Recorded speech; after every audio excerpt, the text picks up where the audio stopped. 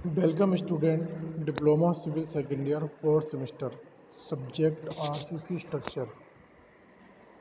तो RCC structure में हमने आज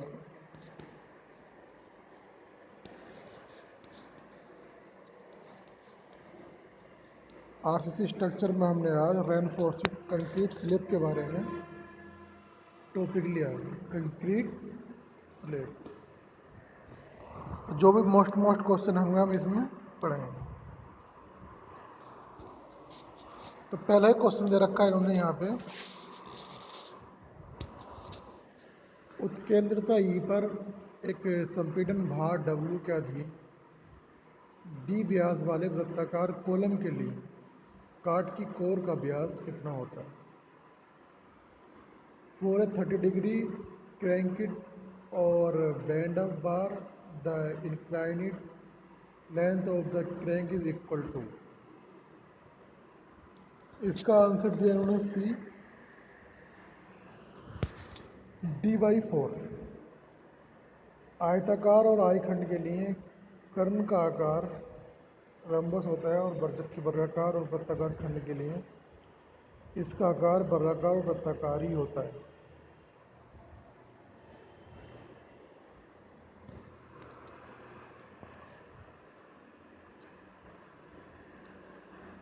निम्नलिखित में से कौन सा कथन कंक्रीट में उपयोग किए जाने वाले एग्रीगेट के सबसे बड़े आकार के संबंध में सही नहीं। तो ये बहुत सारे कथन दे रखे हैं चार, और इसमें देखना है कि कौन सा कथन ऐसा है कि जो कंक्रीट के सबसे बड़े आकार के संबंध में सही नहीं। The maximum size of aggregate is limited by clear cover. Aggregate का अधिकतम आकार स्पष्ट कवर के आधार पर सीमित है। The maximum size of aggregate in the limited by spacing of reinforcement. Aggregate का अधिकतम आकार शुद्धिकरण में रिक्त स्थान के आधार पर सीमित है। The maximum size of aggregate is limited by the thickness of the section. Aggregate का अधिकतम आकार अनुभाग की मोटाई के आधार पर सीमित है। एग्रीगेट का अधिकतम आकार मिक्सिंग, हैंडलिंग और प्लेसिंग तक सीमित नहीं है।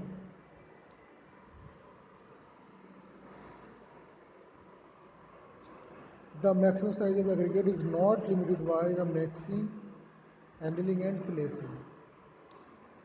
357 का जो हमारा आंसर है वो है डी।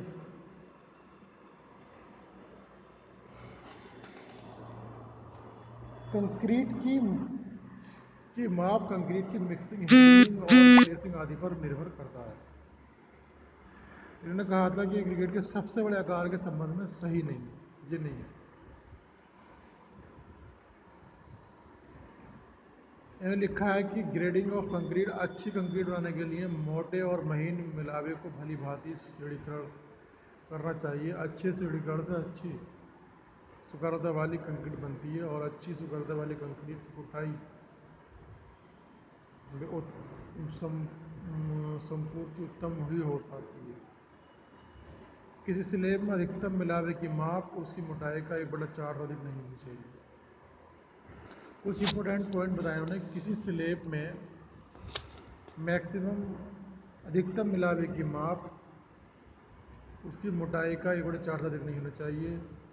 प्रबलित कंक्रीट के लिए 12 mm से 20 mm की गिट्टी इस्तेमाल की जाती है और फाउंडेशन कंक्रीट में 40 mm तक का मिलावा डाला जाता है। मिलावा IS 383 के अनुरूप होना चाहिए। मिलावा महीन के लिए फाइनेंस मॉडुलस 2.2 से 3.2 होना चाहिए। मोटा मिलावे के लिए सूक्ष्मता मापांक 8.5 होना चाहिए।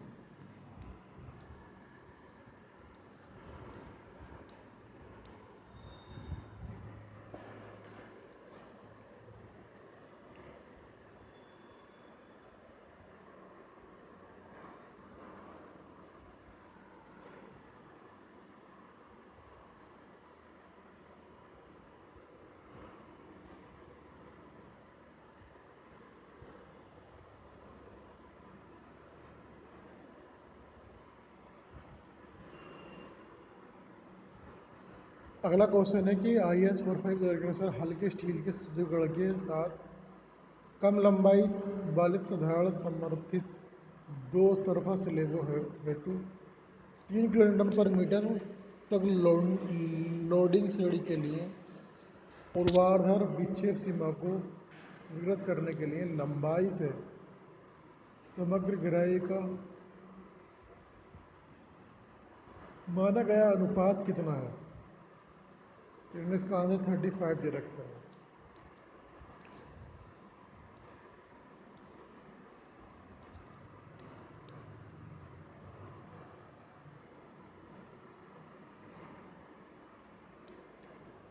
क्वेश्चन नंबर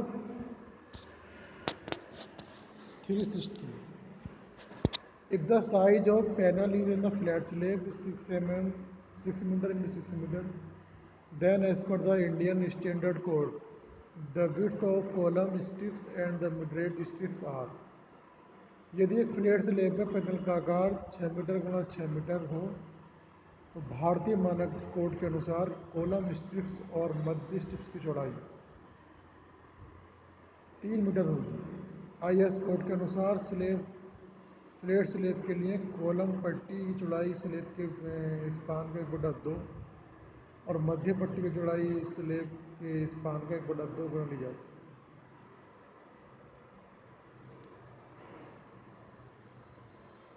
कॉलम पट्टी की चौड़ाई 6/2 बराबर 3 मीटर और मध्य पट्टी की चौड़ाई 6/2 बराबर 3 मीटर ली जाती है। 3 मीटर लिया जाता है, 3 मीटर एंड 3 मीटर।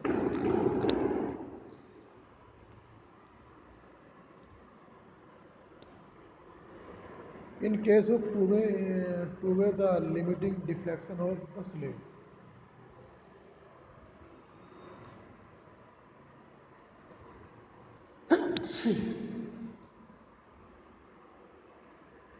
दुदेशी के मामले में स्लेब का सीमित विक्षेपण है। In case of two-way the limiting deflection of the slab.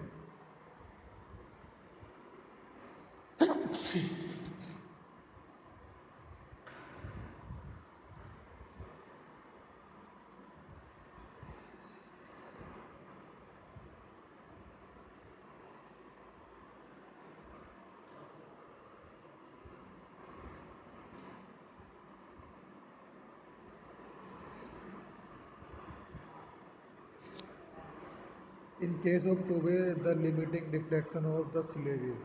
दुदेशी के मामले में स्लेब का सीमित विक्षेपण है। Number B.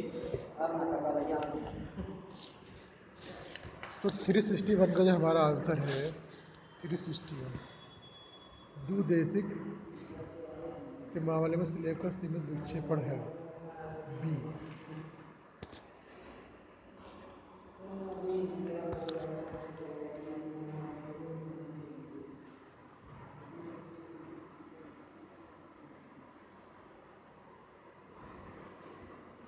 Primarily a function of this short span, मुख्य रूप से छोटे स्पान का एक कार्य है। दुदेशी स्लेब में मुख्य रूप से छोटे स्पान को गणना में ले जाता है, छोटे स्पान को गणना में ले जाता है। क्वेश्चन नंबर नेक्स्ट क्वेश्चन हमारा है ए simply supported reinforce concrete beam shall be treated as deep beam if the ratio of effective span to overall depth is less than. एक साधारण समर्थित प्रबलित कंक्रीट बीम की गहराई एक साधारण समर्थित प्रबलित कंक्रीट बीम की गहरी बीम माना जाएगा यदि प्रभावी विस्तृत और कुल गहराई का अनुपात। तो कह रहे स्लेब को दुतरफा स्लेब के रूप में बनाया जाता है यदि दीर्घ विस्तृत का लघु विस्तृत के साथ अनुपात कम हो।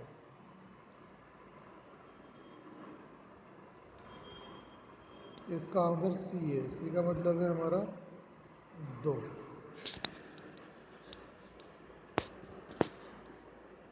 नेक्स्ट क्वेश्चन है यदि टू वे स्लेब कर्तन के लिए असुरक्षित माना जाता है तो निम्न में से किसकी सिफारिश की जाएगी? स्लेब की मोटाई बढ़ाना, increase the thickness of slab. Two way slab कर्तन के लिए असुरक्षित माना जाता है, कर्तन के लिए असुरक्षित माना जाता है। ये टू वे स्लेब कर्तन के लिए असुरक्षित माना जाता है, तो किसकी सिफारिश की जाएगी? Increase the thickness of slab.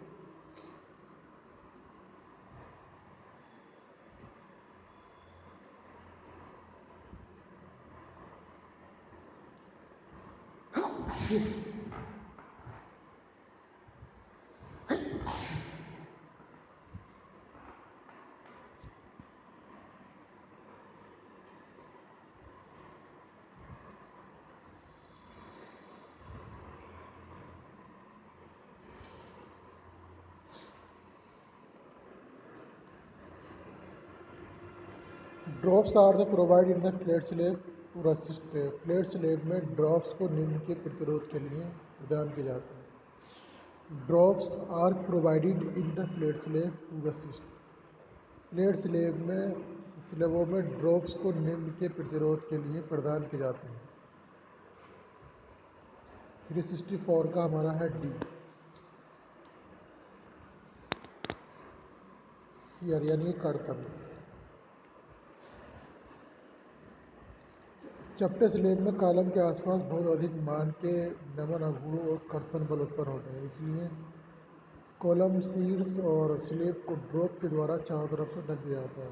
Drop नमन और कर्तन के फलस्वरूप उत्पन्न प्रतिबल को कम करता है और परंतु मुख्य रूप से ड्रॉप को कर्तन के प्रतिरोध के लिए अपनाया जाता है। आरसी स्लेब का प्रमुख प्रबलन 10 mm के बराबर 10 सेंटीमीटर के अंतराल पर है और 10 mm के बार को 12 mm से बदलने की इच्छा है, तो 12 mm के बार के बीच में तरल कितना होना चाहिए? आरसी स्लेब का मुख्य प्रबलन 10 mm के बराबर 10 सेंटीमीटर के अंतराल पर है। 10 mm के बार को 12 mm से बदलने की इच्छा है, तो 12 mm बार के बीच में अवरोध कितना होना चाहिए? 365 का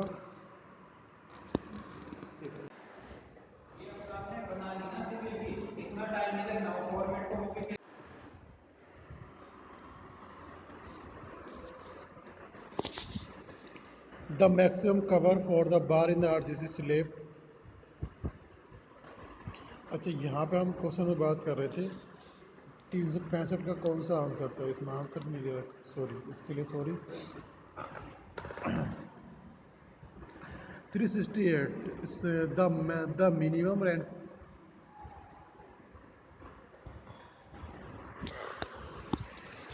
The minimum reinforcement used in either the direction of this slab shall not be of the total cross section area for Fe 250 grade steel. Slab की किसी भी दिशा में प्रयोग की गई न्यूनतम प्रबलता Fe 250 ग्रेड स्टील के लिए कुल अनुप्रस्थ काट का क्षेत्रफल से ग्रेटर दैन होती है 0.15%। अब क्वेश्चन पे आइए आप 369 पे। The minimum cover for bar in RCC slab.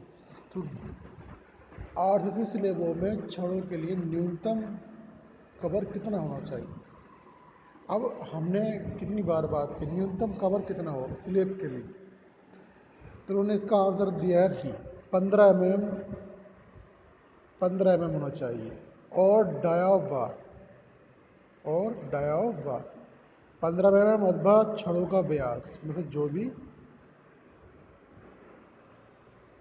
अधिक हो। अगर 15 mm हमारा अधिक है तो 15 mm लेंगे, और जो हमारी रेनफोर्समेंट की अगर डाया ज़्यादा है 15 से, तो फिर उस डाया को लेंगे। तो इनका आरसीसी स्लेबों में छड़ों के न्यूनतम जो कवर है 15 mm रखते हैं। नंबर 2 छड़ों का व्यास, उपरोक्त दोनों में से जो अधिक होता है। अगर हमने छड़ डाल के 16 mm की, और हमें कवर कितना लेना है? फिर 16 mm लेना है। बीम के लिए न्यूनतम कवर 25 और कॉलम के लिए न्यूनतम कवर 40। तो याद रहे, हम बीम के लिए कितना लेते हैं, बीम के लिए 25 mm लेते हैं, बीम के लिए, स्लैब के लिए 15, बीम के लिए 25, कॉलम के लिए 40। इसी क्वेश्चन से हमारे बहुत सारे क्वेश्चन रेडी हो सकते हैं।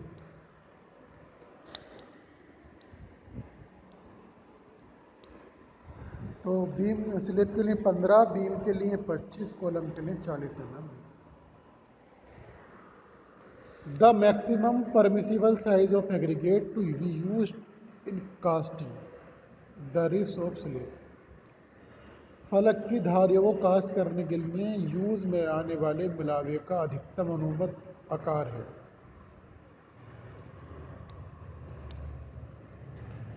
तो फलक की धारियों को कास्ट करने के लिए यूज में आने वाले मिलावे का अधिकतम अनुपात आकार है 10 mm। स्लैब की धारियों को कास्ट करने के लिए यूज में आने वाले मिलावे का अधिकतम अनुपात आकार कितना है, 10 mm।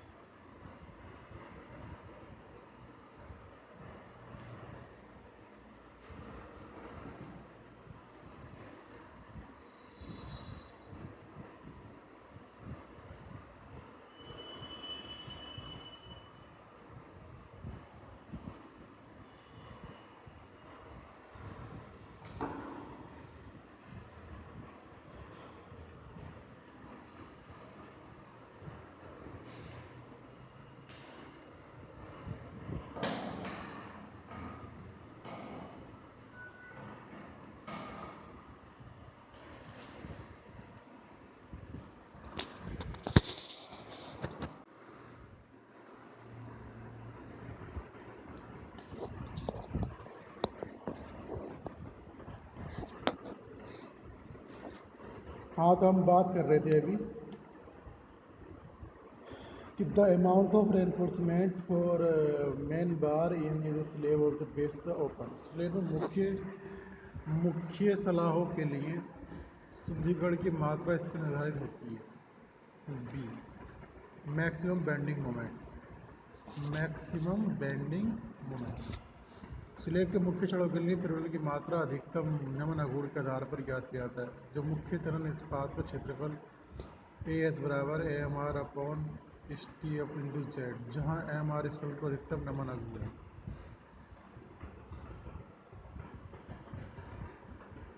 The maximum ratio of span to depth of cantilever slab एक कैंटिलीवर स्लेब की स्पान और गहराई का अधिकतम अनुपात है। Cantilever the maximum ratio of span of depth of cantilever slab एक कैंटिलीवर स्लेब की स्पान भी गहराई का अधिकतम अनुपात है। इसका भी आंसर नहीं है हमारे पास। चलिए, फ्लैट स्लेब के लिए the support for flat slab is provided on flat slab के लिए सिरों पर प्रदान की जाती है। फ्लैट स्लेब के लिए सिरों पर प्रदान की जाती है। सी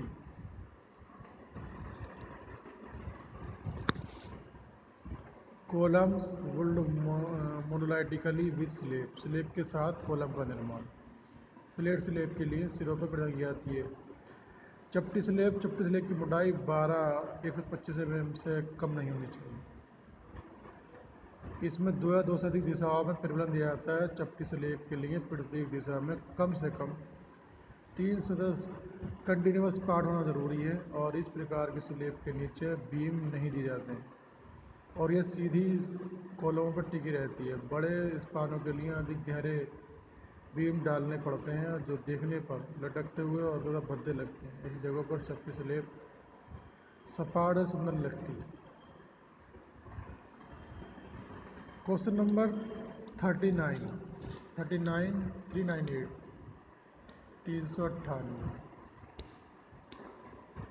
question number 398 reinforced concrete slab act as प्रबलित कंक्रीट स्लेब इसके रूप में कार्य करती है।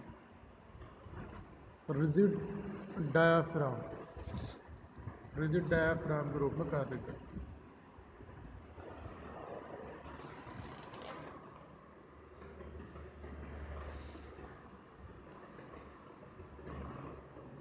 बिल्डिंग के कमरों की छत और ऊपरी फर्शों को काटने के लिए डाली गई चपटी समतल पट्टियों को स्लेब कहते हैं। स्लेब में तनन क्षेत्र में प्रबलन इस्पात डाला जाता है। प्रबलित कंक्रीट स्लेब दृढ़ डायाफ्राम के रूप में कार्य करता है। प्रबलित कंक्रीट स्लेब निम्न प्रकार की होती है। तो प्रबलित जो हमारी स्लेब होती है वो निम्न प्रकार की होती हैं। One way slab, two way slab, continuous slab, रियाज स्लेब, गोलाकार स्लेब और चपटी स्लेब निम्न प्रकार की होती है। Question 399 in RC slab spacing of shrinkage and temperature bars should not be more than प्रबलित सीमेंट कंक्रीट स्लेब में सिकुड़न तथा ताप छड़ों का अंतराल निम्नलिखित से अधिक नहीं होना चाहिए।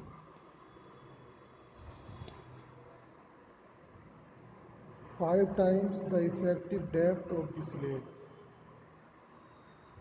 और 4 mm whenever स्लेब की प्रभावी गहराई का 5 गुना अथवा 450 mm से जो भी कम है।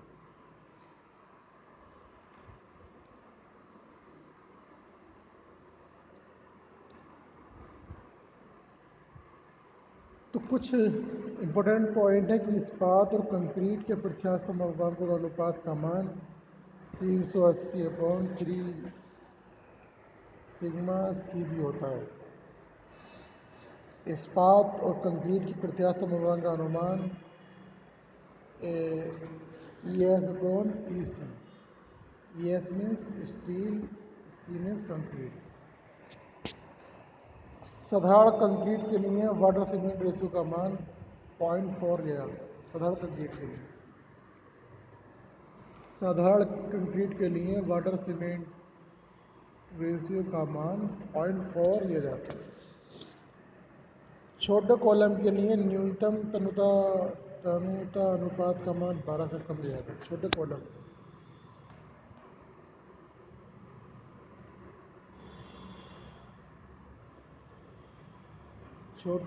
के लिए न्यूनतम तनु अनुपात का मान 12 से कम लिया जाता है। संपीड़न में छड़ पर चढ़ाव लंबाई 24 फाई से कम नहीं लिया जाता। छत में न्यूनतम आवरण मुख्य छड़ के व्यास लगभग 15 mm जो अधिक हो ले जाता है। मुख्य प्रबलित छड़ का व्यास स्लेब की कुल मोटाई का 1/8 भाग से अधिक नहीं लिया जाता। भारतीय मानक 456 के अनुसार कॉलम में अधिकतम प्रबलन 6% लिया जाता है।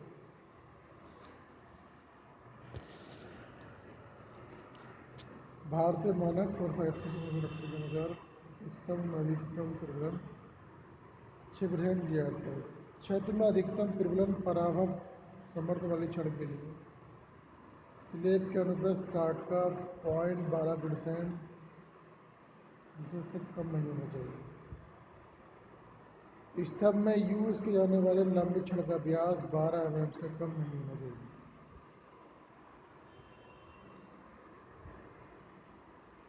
लंबाई की दिशा में स्लेब चौड़ाई 1000 mm लिया जाता है।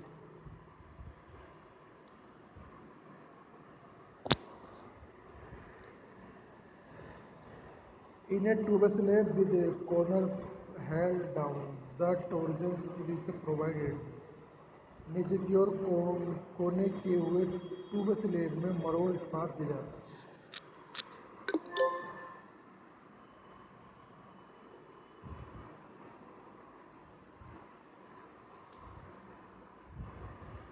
इसका सी आंसर दिया बोथ टॉप एंड बॉटम।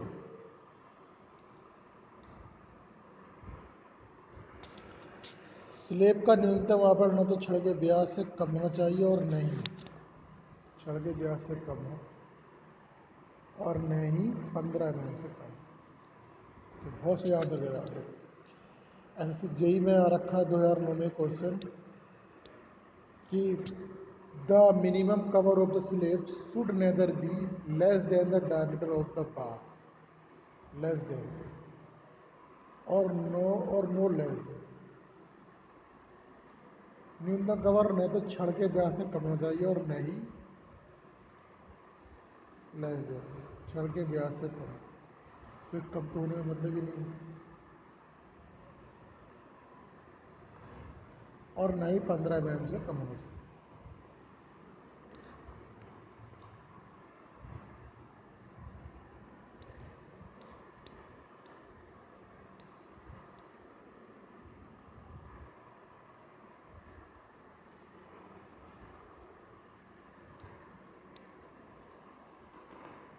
पहला क्वेश्चन आता है 2 वे स्लेब के बारे में। स्लेब की गहराई आधारित है।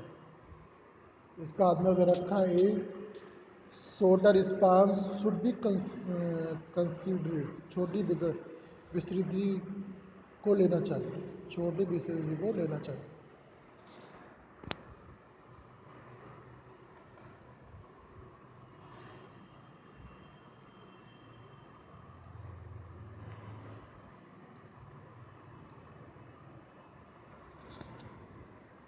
जब स्लेब पूर्ण रूप से दोनों दिशाओं में अगल बगल की चारों दीवारों पर अवलंबित रहती है तो ये टू वे स्लेब कहलाती है। और टू वे स्लेब पर पड़ने वाला भार चारों दीवारों पर अर्थात दोनों पार्टों पर उनके अनुपात में बढ़ जाता है। जब स्लेब दोनों दिशाओं में पर अवलंबित रहता है तो भार आने पर स्लेब का विक्षेप और बंकन दोनों तलों पर ही होता है। टू वे स्लेब में क्योंकि भार दोनों पार्टों बढ़ जाता है, इसलिए दोनों पार्टों के लिए इनके अनुपात के अनुसार अलग अलग बंकन लागू किया जाए। गहराई निकालने के लिए छोटी विस्तृति का लेना चाहिए। The slab is designed as one way if the ratio of the long span to short span. एक स्लेब को एकल बेसिक्स अभिकल्पित किया जाता है यदि स्लेब यदि यदि लंबी स्पेन और छोटी स्पेन का अनुपात होता है। इसका आंसर ये रखें।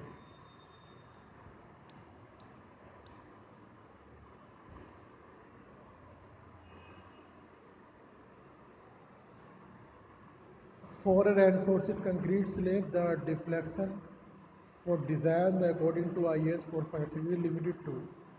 एक प्रबलित कंक्रीट की स्लेब के झुकाव हेतु IS 456 के अनुसार डिजाइन किया जाना लिमिटेड होता है। तो इसका आंसर है बी 0.20% ऑफ स्पान।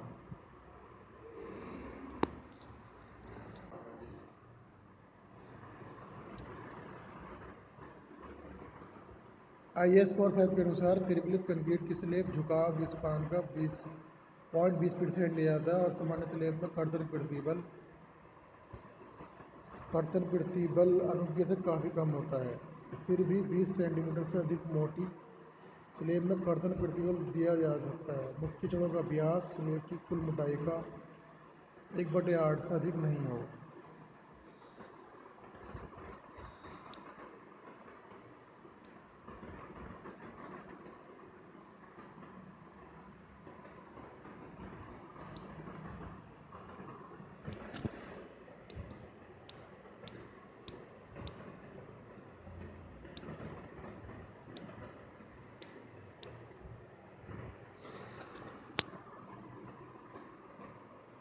पैंतालीस किलोमीटर मीटर का फिक्स्ड मोमेंट का प्रतिरोध करने के लिए स्लेब की प्रभावी मोटाई कितनी होगी। कंक्रीट का ग्रेड M21D तथा Fe 415 इस्पात का प्रयोग किया गया है।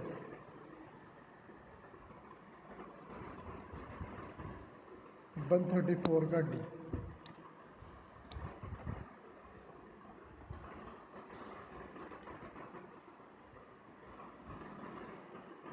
128 mm।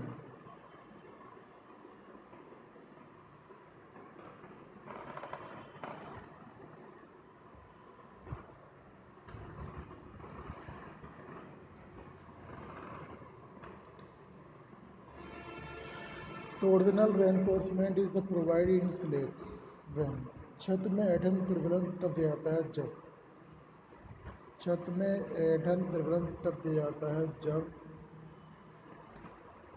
Slab makes the monolithic construction with wall छत दीवार के साथ समरूप ढली है।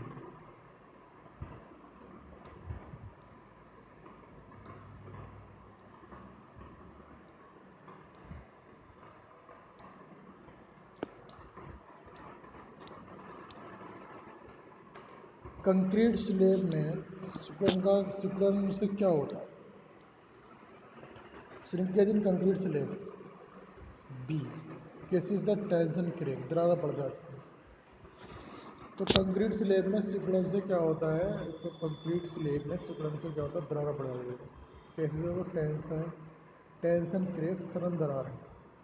भवनों की छत व ऊपरी फर्शों को काटने के लिए डाली गई चपटी समतल पट्टी को स्लेब कहते हैं। बल शून्य एक्सिस के ऊपर संपीड़न प्रतिबल तथा नीचे तनन प्रतिबल।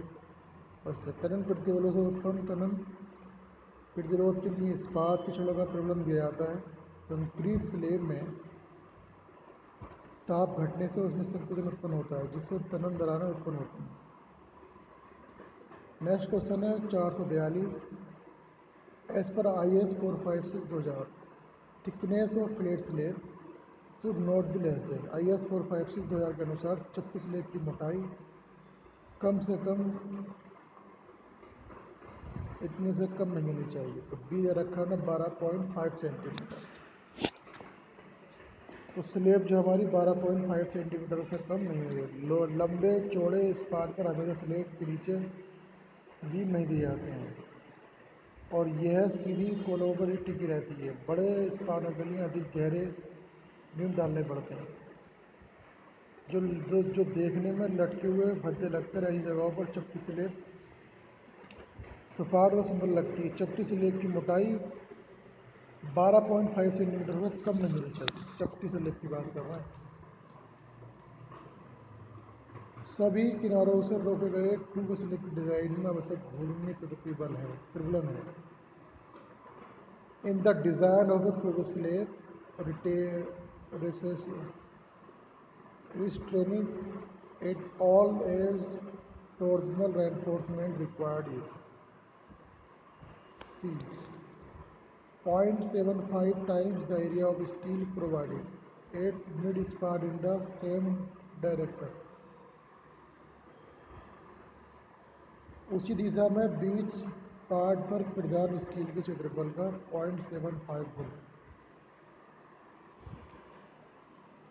जब स्लेब अपने चारों किनारों पर अवलंबित होती है तब इस पर टू वे उत्पादन क्रिया मानी जाती है।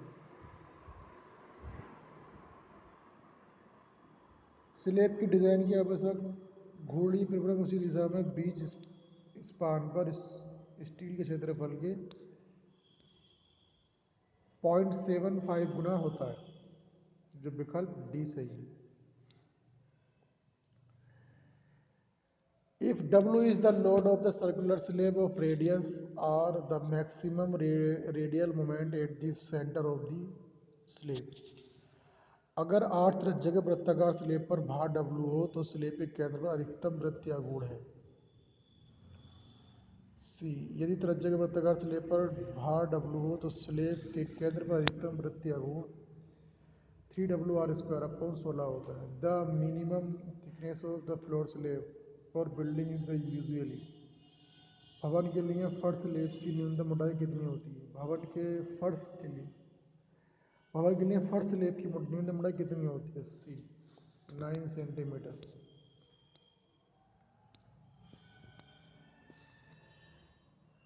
सामान्य भार पर 3-4 मीटर के स्पान तक प्रबलित सीमेंट कंक्रीट स्लेब उत्तम रहती है। पार्ट द भार के अनुसार यह 9 सेंटीमीटर से 15 सेंटीमीटर मोटी डाली जाती है। इसमें मुख्य छड़ें छोटे स्पान के समांतर डाली जाती हैं और डिस्ट्रीब्यूशन छड़ें मुख्य इस्पात के लंबवत डाली जाती हैं। तो स्लेब की जो न्यूनतम मोटाई है वो 9 सेंटीमीटर रखी जाती है। कहने का मतलब इनका ये है कि the minimum thickness of floor slab और बिल्डिंग इज यूजली, भवन के लिए फर्श स्लैब की न्यूनतम मोटाई कितनी होती है। तो इन्होंने यहाँ पे लिखा है कि 9 सेंटीमीटर होती है। अब इन्होंने इसको एक्सप्लेन किया है कि सामान्य भार पर 3-4 मीटर के स्पान तक पिरबिली सीमेंट कंक्रीट स्लैब उत्तम रहती है। 3-4 मीटर तक पे जो हम क्या है पिरबिली सीमेंट कंक्रीट स्लैब उत्तम रहती है। और पाठ तथा भार के अनुसार ये है 9 सेंटीमीटर से 15 सेंटीमीटर मोटी डाली जाती है। इसमें मुख्य छड़ है, छोटे पार्ट के समांतर डाली जाती हैं और डिस्ट्रीब्यूशन छड़ है। तो जो मुख्य छड़ होंगी, जो मेन छड़ होंगी, वो छोटे स्पान के समांतर डाली जाएंगी।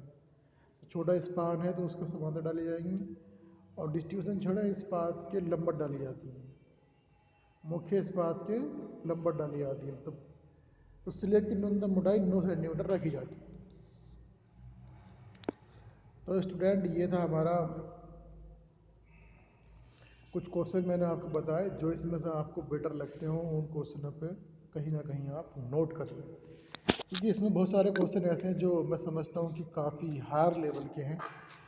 फिर भी आप इसमें से, जैसे ये क्वेश्चन मैंने बताया था कि चपटी स्लैब की मोटाई कम से कम कितनी होनी चाहिए, 12.5। अभी नया क्वेश्चन हमको मिला।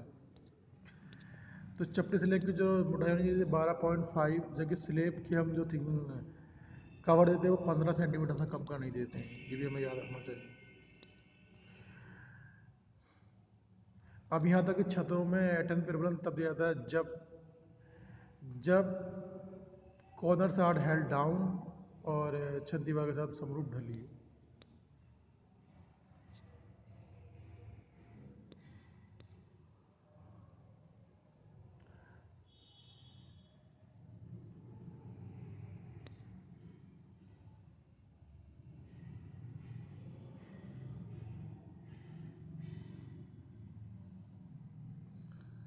छड़ का न्यूनतम कवर न तो छड़ के व्यास से कम होना चाहिए और न ही 15 mm से कम होना चाहिए। ये अच्छा क्वेश्चन था।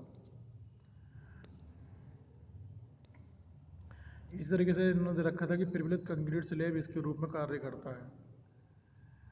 रिजिड डायाफ्राम की जो रेनफोर्स्ड कंक्रीट स्लैब है वो कैसे एक्ट करता है, रेनफोर्स्ड करता है रिजिड डायाफ्राम। फ्लेक्सिबल तो नहीं कर सकता किसी हाल में भी, ना ही फ्लेक्सिबल कर सकता है, ना ब्रिटल डायाफ्राम कर सकता है, ना नॉन ऑफ द अबव भी कर सकता है, रिजिड डायाफ्राम।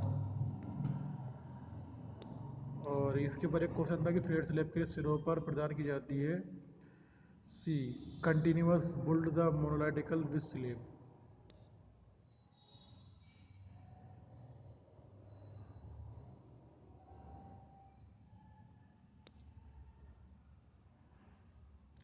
आरसीसी स्लैबों को छड़ों के लिए न्यूनतम कवर कितना होना चाहिए, 15 mm। छड़ों के लिए 15, कॉलम के लिए बीम के लिए 25 और कॉलम के लिए 40 होना चाहिए। आरसीसी स्लैबों में छड़ों के लिए, आरसीसी स्लैबों में छड़ों के लिए न्यूनतम कवर, तो जो छड़ हमारी तो उसके लिए 15 देना चाहिए।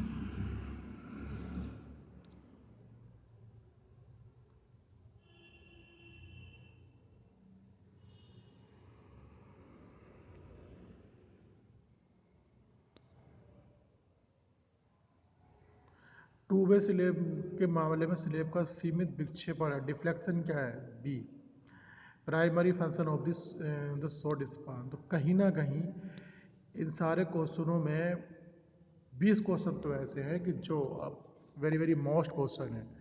तो आरसीसी स्ट्रक्चर में हम अभी आपको कुछ टॉपिक और बताएंगे। फिलहाल इस लेक्चर में इतना ही, और आपका जो सिलेबस था वो पूरा लगभग कंप्लीट हो चुका है, और अब कुछ ऑब्जेक्टिव क्वेश्चन मुझे लेने हैं और इसका मुझे अभी बहुत जल्द टेस्ट भी लेना है। तो थैंक यू क्लास, इस लेक्चर में इतना ही, और बाकी हम नेक्स्ट लेक्चर में किसी और एमसीक्यू के साथ हाजिर होंगे। Thank you.